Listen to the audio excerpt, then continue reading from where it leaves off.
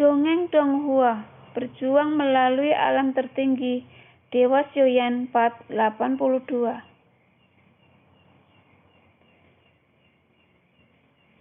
Momentum ini, Donsin Bintang 8. Kamu mencari kematian.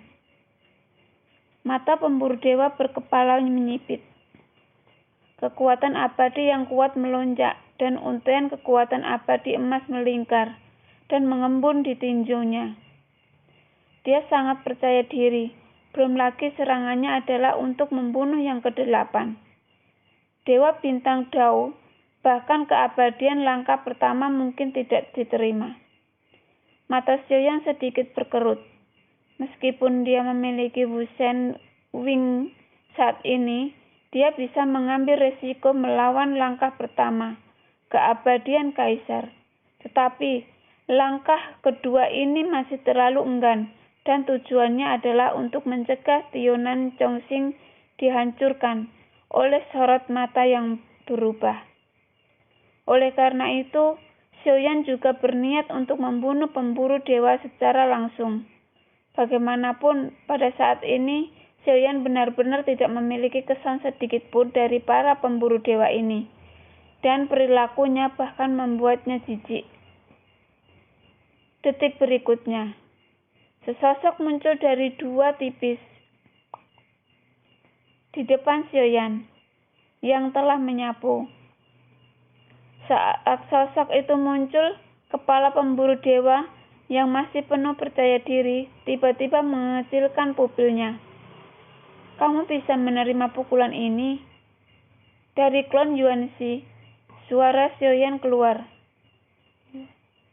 Dan 3 bintang menjulang di atas alisnya. Pukulan Samsung Yuanxin dapat diambil dari waktu ke waktu oleh langkah kedua abadi seorang kaisar. Pemburu kepala juga sepertinya merasakan penindasan yang kuat, tetapi sudah terlambat untuk mundur pada saat ini. Tidak ada fluktuasi origin Si, dan tidak ada kekuatan abadi. Ini aneh. Pemburu kepala juga sedikit menyipitkan matanya, karena dia tidak bisa mundur. Dia hanya mengangkat tinju yang tersisa dengan kekuatan abadi ke arah klon dewa asli dan membombardirnya. Duar! Tinju dari kedua belah pihak dengan keras membanting bersama. Suara terendam keluar, dan kekuatan keabadian juga mengandung kekuatan yang menakutkan, mengalir dengan panik. Duar! Kedua tinju bertabrakan, dan aura kuat melonjak keluar, menyebabkan semua sosok dalam jarak 100 meter terguncang ke belakang dan tidak mengalami kerusakan akibat dampaknya. Adapun Dewa Sioyan setelah memblokir sementara serangan arai pengubah surga, tubuh yang dipantulkan tidak berhenti, tetapi meraung ke arah 100 pemburu dewa lainnya dengan kecepatan yang sangat cepat. Sayap Wusin yang tajam seperti bilah, dan darah berceceran di mana-mana.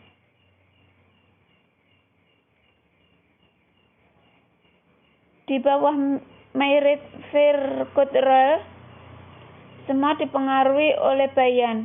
Sioyan mengambil kesempatan ini untuk langsung membunuh puluhan pemburu dewa. Adapun jiwa mereka semua dibawa pergi oleh klon Soul Eater. Untuk klon Soul Eater, meskipun mereka sekarang memiliki puluhan juta jiwa, mereka juga harus terus-menerus menyerap jiwa untuk mempertahankan kekuatan mereka sendiri.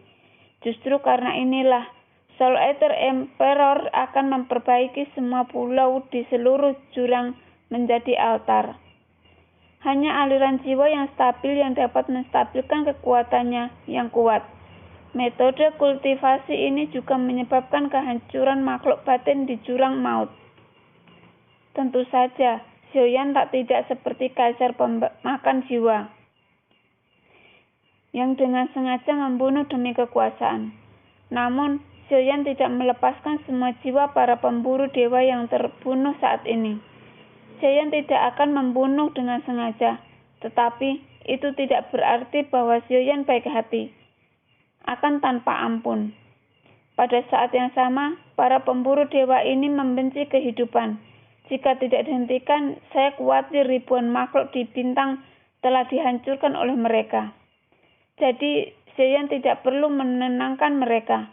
Untuk melakukan sesuatu, selalu ada harga yang harus dibayar, dan harganya adalah nyawa mereka. Mata Sioyan dingin dan keras. Klon pemakan jiwa mendekat. Teknik pembentukan kehidupan dibuka, dan dewa bergabung menjadi satu. Sementara sayap dewa bela diri memberi Sioyan kekuatan tempur yang kuat. Itu juga menghabiskan sejumlah besar kekuatan jiwa. Hanya perpaduan klon sel ether yang benar-benar dapat melepaskan semua kekuatanmu. Di sisi lain, hanya suara klik yang terdengar. Mata pemburu dewa itu ngeri, tetapi ketika dia melihat bahwa lengannya tidak dapat ditopang, itu secara langsung menunjukkan faktur 90 derajat, dan tulang tangan yang patah menembus daging yang terlihat sangat tragis.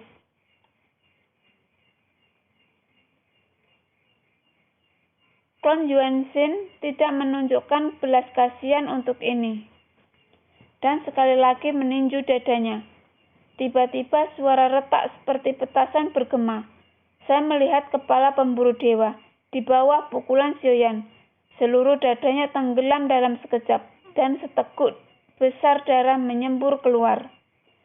Di bawah kekuatan Samsung Yuanzhen, bagaimana mungkin langkah kedua dari keabadian Kaisar menjadi lawannya?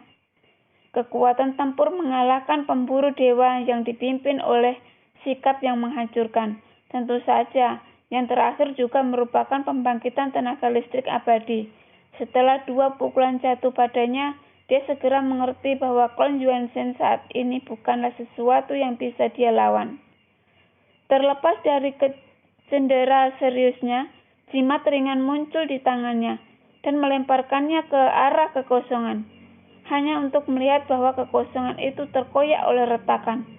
Sioyan tahu bahwa dia akan lari, dan klon Yuanzhen menabrak kosong. Sosok itu langsung menyapu ke arahnya seperti bola meriam. Kepala pemburu dewa tampak malu pada saat retakan muncul. Dia tidak peduli tentang apapun, dan seteguk besar darah menyembur dari mulutnya. Tetapi dia tidak bisa mengendalikannya, dan kecepatannya tidak berkurang sedikit pun, dan dia bahkan bergegas dan merangkak ke celah kosong. Ketika klon Yuanzhen menyusul, itu masih selangkah lebih lambat. Pemburu kepala melarikan diri. Sioyan sedikit mengernyit. Akan sangat merepotkan untuk mengejar saat ini. Tetapi apa yang tidak diharapkan Sioyan adalah bahwa orang ini sebenarnya memiliki sarana untuk merobek kekosongan. Tetapi celah kosong ini sangat kecil. Jarak transmisi adalah sangat pendek dan juga sangat ekstrim. Berbahaya tanpa kekuatan abadi, tidak mungkin untuk menggunakannya. Namun, Sioyan tidak memiliki niat untuk mengejarnya, dan jika dia melarikan diri, dia melarikan diri. Meskipun pemimpin pemburu dewa melarikan diri, 100 pemburu dewa lainnya menderita. Sioyan tidak ingin terus membuang waktu di sini. Klon Yuanzhen menyapu dan bergegas ke kerumunan. Pada saat ini, sebagian besar pemburu dewa pulih, dan mereka mulai bergabung untuk melawan dewa. Ketika mereka pikir mereka bisa bergabung untuk berurusan dengan Dewa Sioyan, avatar dewa asli bergegas ke medan perang seperti dewa pembunuh. 1 pukulan. Bak! Saya melihat pemburu dewa Dou bintang 8. Saat tinju avatar Yuanzhen belum mendarat di tubuhnya, daging dan darahnya mulai runtuh, dan tinju yang kuat akhirnya jatuh ke tubuhnya. Dewa menggedor. Seluruh tubuh kedagingan meledak dalam sekejap, meledak menjadi awan darah, dan bahkan tidak ada tulang yang tersisa. Bahkan jika itu adalah jiwa yang ingin melarikan diri, sangat disayangkan bahwa sebelum jiwa melarikan diri, itu diselimuti dan ditelan oleh kekuatan klon yang melahap jiwa, dan itu menjadi bagian dari ribuan jiwa. Pak! Satu pukulan. Adegan ini sangat menakutkan sehingga semua pemburu dewa membuat pupil mereka menyusut. Bagaimanapun, mereka juga dewa pertempuran bintang 8. Bahkan pembangkit tenaga listrik, langkah kedua dari keabadian Kaisar, sulit untuk mencapai pembunuhan yang begitu sengit.